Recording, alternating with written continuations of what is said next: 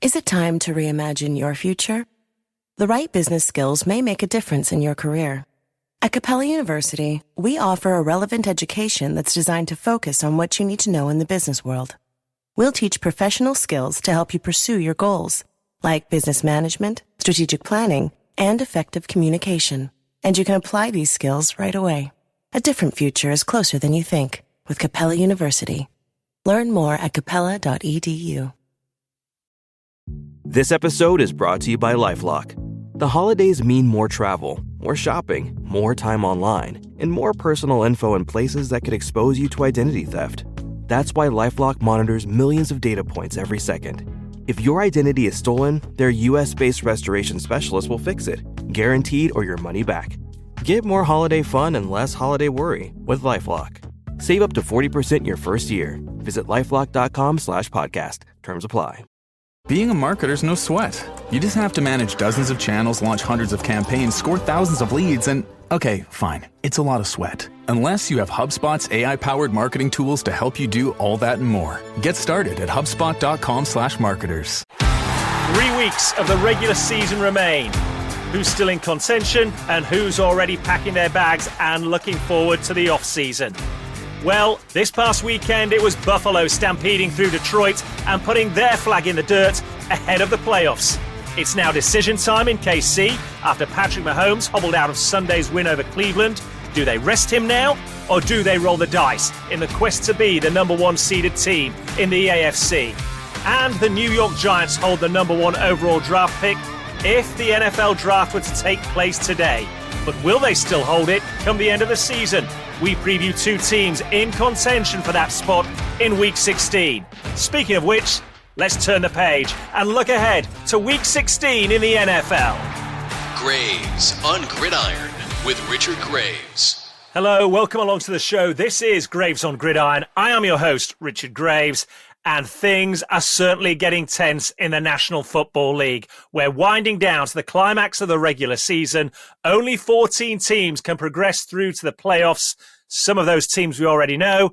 Some are battling to make it into the wild card weekend on the very periphery. The Denver Broncos didn't disappoint us last weekend. They gave us a scare, but ultimately they came through and covered the spread. It wasn't such good news for the other two games we picked. As the Chiefs and the Browns, it wasn't a shootout. They didn't go over 45 points. They didn't deliver for us there. And then we took the Miami Dolphins going into Houston, a supposedly struggling Texans team. Well, it was the Dolphins and Tua Tagovailoa that struggled in Texas this past weekend as the Texans take one big step closer to the postseason and a place in the playoffs. What about Week 16 then?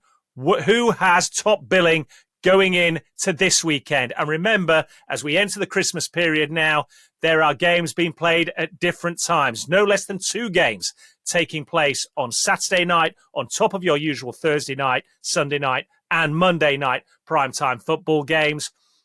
So we kick off Week 16's previews with the second of those two Saturday night games. And what a game it is. Saturday night, prime time, and the top two teams in the AFC North going head-to-head in what you know is guaranteed to be a physical, tough, hard-hitting battle. And it's for all the marbles. Everything's on the line. If the Pittsburgh Steelers, with a 10-4 record coming into this game, can win it, then the Baltimore Ravens, who are sat there right behind them at 9-5 ahead of this weekend, well, they can kiss their hopes of winning the division title goodbye. That is because the Steelers, with 2 games left, would hold a 2-game lead over the Ravens. And crucially, they have the tiebreaker. If they win this weekend, it will mean they will have swept the Baltimore Ravens across their 2 meetings this season. The Ravens hold the number 1 ranked offense in the NFL. They currently have number 2 in rush offense, number 3 in passing and scoring. But defensively, they've not been so strong, uncharacteristically so this season. 31st in the league when it comes to defending the pass, 22nd in points allowed. They're giving up a lick under 23 points per game on average this season. What Pittsburgh have achieved to this point, you have no other option but to admit it is impressive. Given how they started the season, signing 2 new veteran quarterbacks, Justin Fields, remember, was the starter right at the start of the season because Russell Wilson had an injury and took the best part of 6 weeks to overcome that. But there may have been doubt around this team. Their offense has confounded all critics. This is a unit which is in the top 10 in scoring, top 10 in running the ball. Defensively, they're in the top 9 of just about every major category, with the exception of defending the pass, where they may be vulnerable. They're ranked 22 overall when it comes to defending the pass this season. Both teams have similarities. Both were handily beaten by the Philadelphia Eagles over the course of the past month. But both teams also put points on the scoreboard. The Ravens, 29.9 points per game on average. Pittsburgh, 24 points per game on average. So in theory, you look at this and on paper, you say it should be a shootout. Not so fast. Just tap the brakes on those thoughts. When was the last time you can remember a Steelers-Ravens encounter where they just combined and lit up the scoreboard, rolling up and down the field on each other? Well, I'll tell you, you've got to go all the way back to 2020 to find the last time these two combined to score 50 points or more in a game. And you might say, well, what do you want about all the way back, Richard, to 2020? That's a long time when you consider these two teams play each other twice a year, every year. That doesn't include any meetings they have in the postseason. Look, in 11 of their last 13 encounters, they haven't even combined to score 41 points total in a game. Now, of course, I get the argument this year that these are two top 10 scoring offenses. It's different. Well, I'll tell you this much. When these two top 10 scoring offenses met just 6 weeks ago, they slugged out an 18-16 win for the Pittsburgh Steelers. Top 10 scoring offenses they might be, but when these two teams meet, there's just something about these encounters. The physicality, the passion, the tension. They know each other extremely well. And with so much on the line for both teams, the opportunity for the Steelers to effectively close out the division, the Ravens desperate to blow the division wide open. Look, this is not going to be two teams rolling up and down that field, scoring points for fun on each other. This is going to be one of those traditional AFC North rivalry games between two teams that know each other extremely well. And frankly, they don't care much for each other. It's going to be gritty. It'll be tense. Every yard will be hard fought and hard earned. So forget what the spread says. Forget two top 10 scoring offenses. Look at the total points mark for this game. The odds makers have set it at 45. I don't think it'll be close to that. I think they'll come in well under. So take the under 45 total points for this game. If the Steelers and the Ravens are two of the best teams in the NFL, then for the second game we're previewing for the Week 16 slate, the Jaguars and the Raiders are certainly two of the worst teams in the NFL this season. A total of 7 teams going into Week 16 possess a 3-11 record or worse. Of those 7, 2 of them, the New York Giants and the Las Vegas Raiders, are 2-11 going into Week 16, or 2-12, should I say, going into Week 16. Right now, it's the New York Giants who hold the number 1 overall pick. Las Vegas Raiders, the number 2 overall draft pick, should that draft take place today. It's 10 straight defeats for the Raiders heading into this game. It seems remarkable, incredible even, to think that they did actually go into Baltimore way back in Week 2 and they beat the Ravens on their own patch. That day, the Raiders scored 26 points. That's one of only 3 occasions all year that they've scored more than 20 in a game. So what gives them any hope this weekend? Well, they're facing a team with the worst defense in the NFL right now. The Jacksonville Jaguars are ranked dead last when it comes to defending the pass, 24th against the run, 28th in points allowed. They're giving up a lick under 27 points per game this season. Offensively, it gets no better for the Jags. They're in the bottom 10 in just about every major category. Now, despite their own woes, Vegas is 15th in passing offense. They can move that ball through the air at certain points in games, folks. They can't run it, mind. They have the worst rushing offense in the entire league, but their defense ranks 12th overall. They have the ability to take advantage of some Mac Jones errors, and we saw that again late on in their defeat to the New York Jets last weekend. And with a 9th-ranked passing defense, whatever you think of this team, I'll tell you this much. Head coach Antonio Pierce does still appear capable of firing his players up and getting them up for games and playing hard. Remember, this is a team that should have beaten the Chiefs in Kansas City back on Thanksgiving Day. And yet, that pretty much sums up both of these teams this season. They just haven't been able to get out of their own way. So when you put them together, what's going to be the deciding factor? What is going to swing this game? Defense. You keep hearing throughout the years in the NFL, defense wins championships. And frankly, the Las Vegas Raiders have shown an ability against good teams to play solid defense. The Jags haven't. Holding the Titans to just 6 points, I'm sorry, Jacksonville, that really doesn't count, especially in a game where you could only score 10 yourselves. I know you got the win. I know you're on the road. That doesn't count for me. It may be the Jags, not the Raiders, who are closer to that number 1 overall draft pick come the end of this weekend, because the odds makers can't put a slip of paper between them. By virtue of home field advantage, they have the Raiders as 1-point favorites. I'm riding the Las Vegas Raiders this weekend.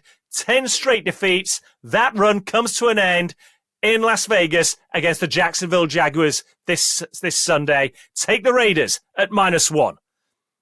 Okay, 2 games covered. 1 to come, and it's going to be a barn burner. Who is it? Find out after these short messages. Graves on Gridiron.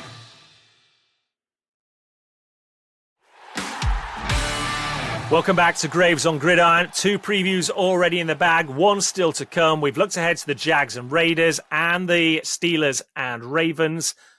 But there's one matchup which screams off the page as you look at the Week 16 slate.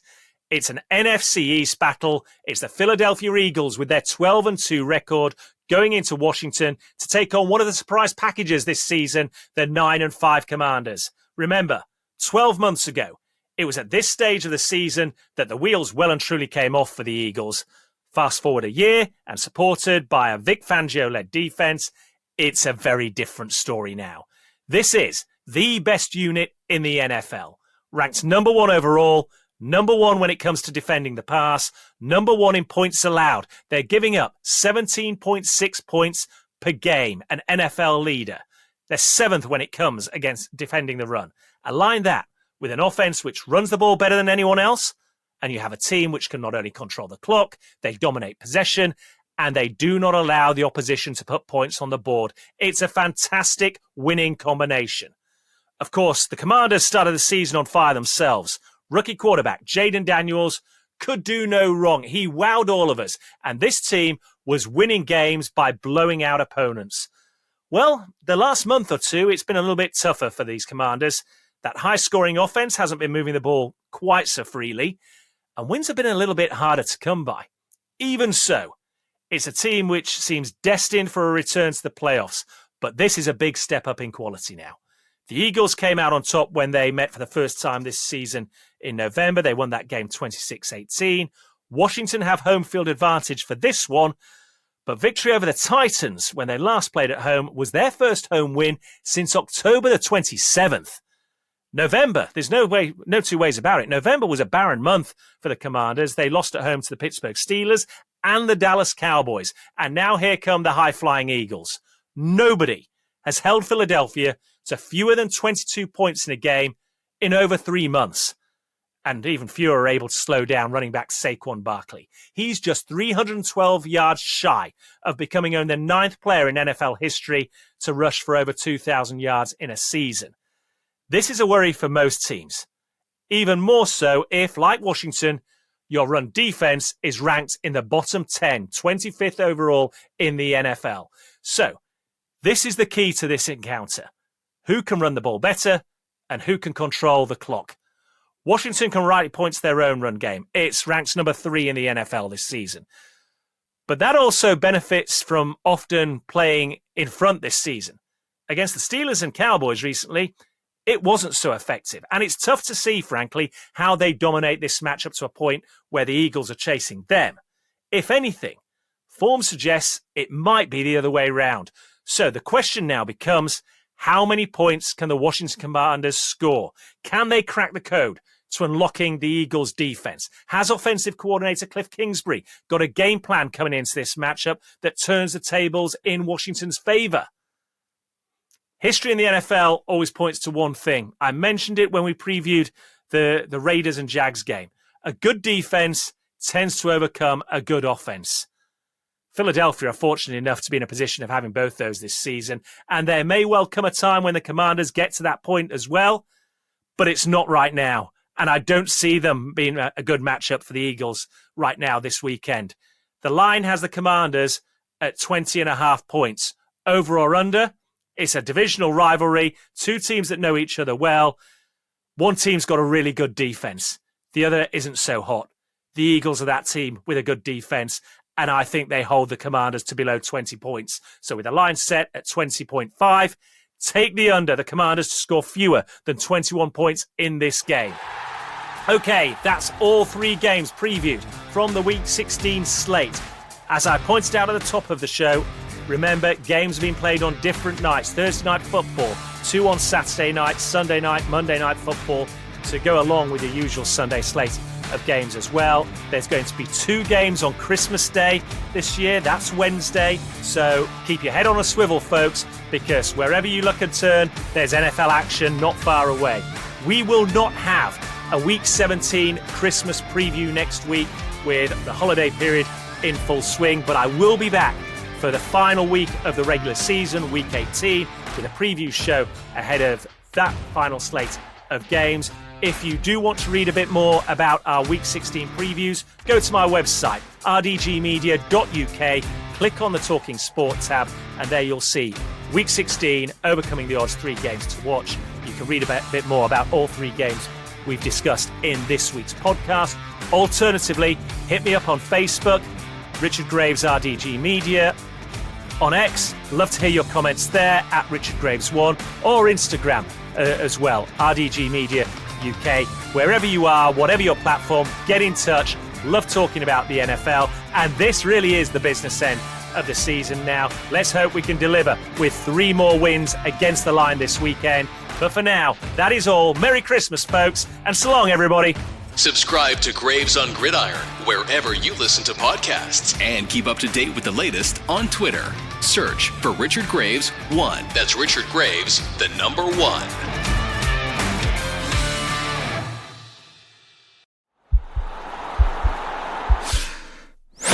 This podcast is part of the Sports Social Podcast Network.